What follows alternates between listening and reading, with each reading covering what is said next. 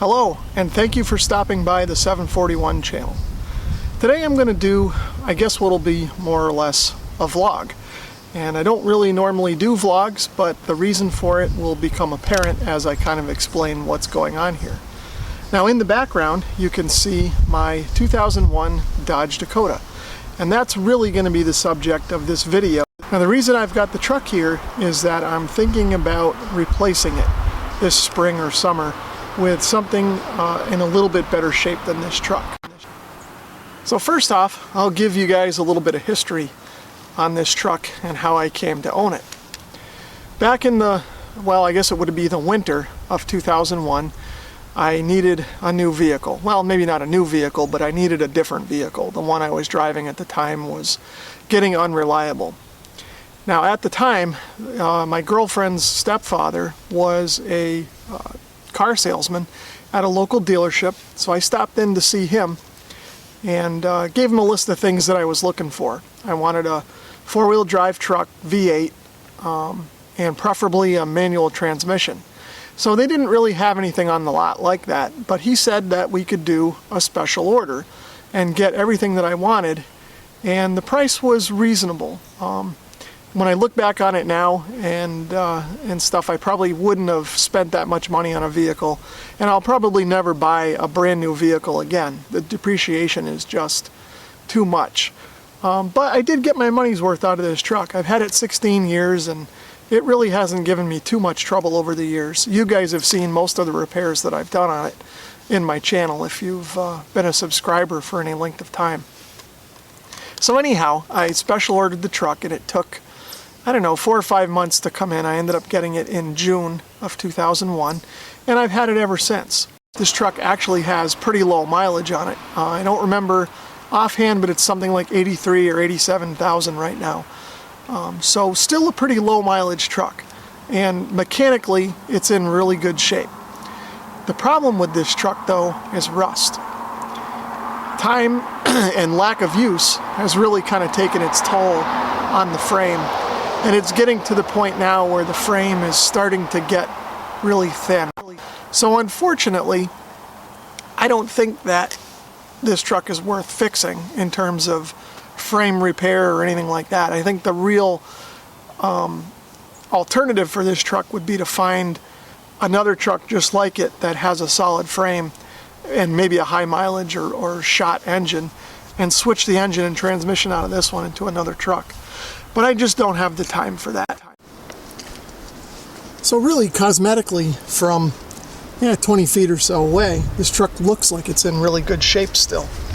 But you can probably see here, now that I've brought the camera a little bit closer, all the paint on the hood and the roof, any of the horizontal surfaces is flaking off. And that started a couple of years ago.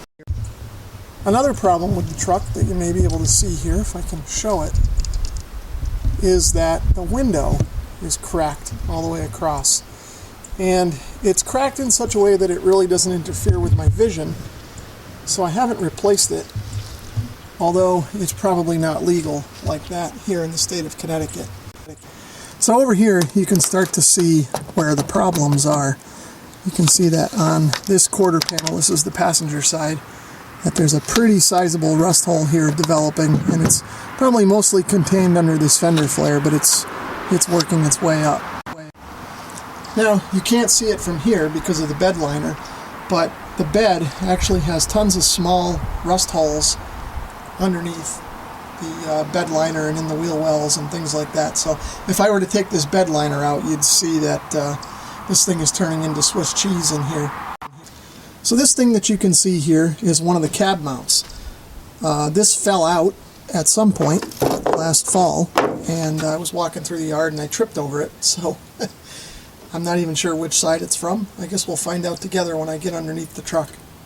And of course, anybody who follows my channel knows that I replaced the original bumper with this nice custom 2x8 a couple of years ago when the original bumper rotted out and the license plate nearly fell off. And then over here I have some custom aerodynamics. That was actually a little accident that I had with my trailer when I was moving, I was distracted while backing the truck up, and I jackknifed my trailer and poked it into there. So now this is where things start to get a little bit ugly. And you can see down here, this is one of the rocker panels, and this is starting to rust and flake off. It's not too bad on this side, actually. And here's a look at the passenger side. You can see this is rotted through on both sides, and it's really quite punky all the way through here. In fact, the running bar here is still pretty solid. The bottom of the rocker panel is still, I guess, intact. It's just the sheet metal that wraps around that's rotted.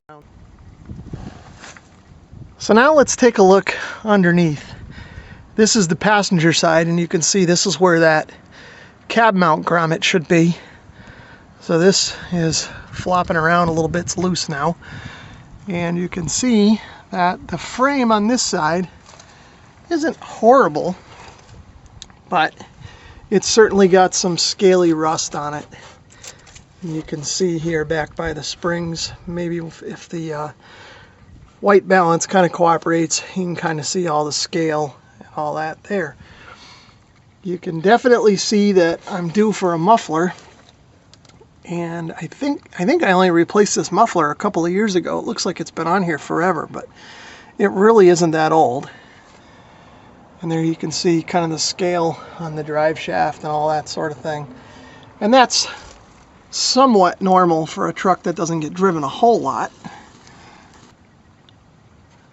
Now we'll take a quick look under the back. You can see the trailer hitch is really kind of punky here. Not a lot left to that. And the rear spring shackle, those are starting to get rusty again. I replaced those once already. I was driving to work one day, and the spring will let loose and went right up into the bed there. So those have been replaced once, and they look like they could be replaced again maybe soon. There's where the spare tire was. That rotted out a while ago. And I don't know if you can see it or not, but there's some holes in the bed there in various places. And of course, no tailpipe. That fell off a while ago, and I didn't bother putting a new one on. The differential cover has the typical weeping around the rubber plug. And again, more kind of just scaly rust, different places. Taking a look here in the rear driver's wheel well, you can see some of the bed supports there. There's really not a whole lot left of that. There's a lot of scale in there. And then let's go underneath and take a look at the frame on this side. And you can see over here, this is starting to get pretty scaly on this side. And even right here where this spring mount is, you can see there's not a whole lot left. And then down here, I see some cracks. Well, that's just scale. But there's not a lot left there, especially in this area, kind of by the gas tank straps and stuff. That's another problem. I think the filler neck is rotted out. Probably can't see it there. There's not enough light, and I didn't grab a flashlight, but that filler neck has got holes in it. Here's the other cab mount. Interestingly enough, that's still there for now. And just more scale and rust on the frame here. So, you know, again, not a whole lot of life left in this frame, and it's probably not worth trying to fix it, even though the truck has low mileage. So, as you can see here, the interior of the truck is in really good shape. I mean, there's a little wear on the seats and stuff, but they're not ripped at all. Inside's clean. I never smoked, so it actually smells okay in here. A little bit musty from when the windshield leaked, but overall not bad. A little dusty too, I suppose.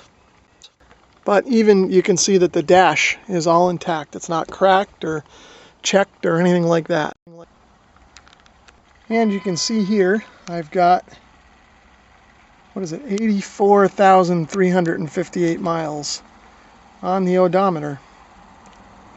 And I'd say probably at least 83,000 of those are miles I put on it.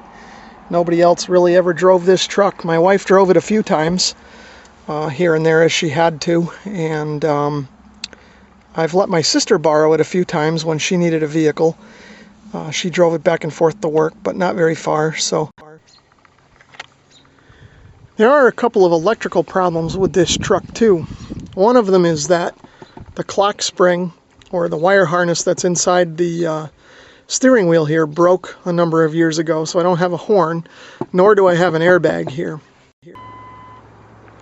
So one other electrical problem I have with this truck, it's a little bit easier to demonstrate than it is to describe. So what I'm going to do is turn the lights on, and they're on, even though you can't see them there, they're on. Now watch what happens when I turn on the windshield wipers. You can kind of hear the relay clicking, and you can see all the lights on the dashboard, the interior lights, and subsequently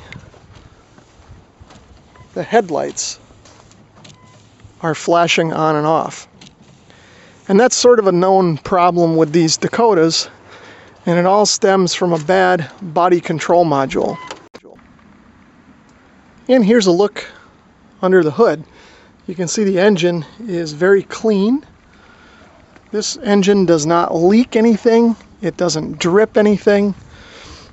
Doesn't burn any oil. It's in really good shape. I got the K&N air filter. I put that on, like a month or two after I bought the truck. But other than that, aside from the things that you've seen on my channel, I haven't had to do anything to this engine. Now, of course, it's only got 84,000 miles on it, but even still, it's been a pretty reliable running truck.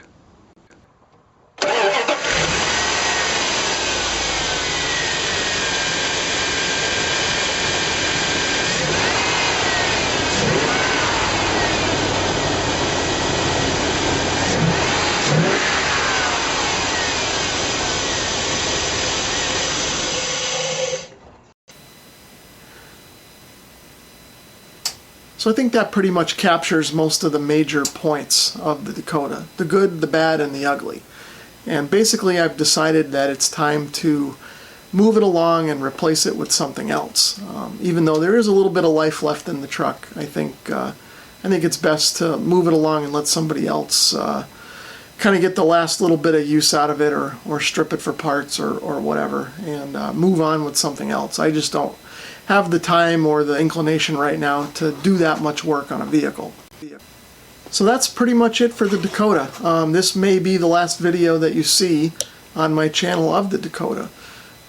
But stay tuned for the replacement. I'm pretty sure that anything that I get is going to need at least a little bit of work, and I'll document what I do with it just like I do everything else here, so you guys can tune in and follow along. If you enjoyed this video, give it a thumbs up or let me know in the comments below.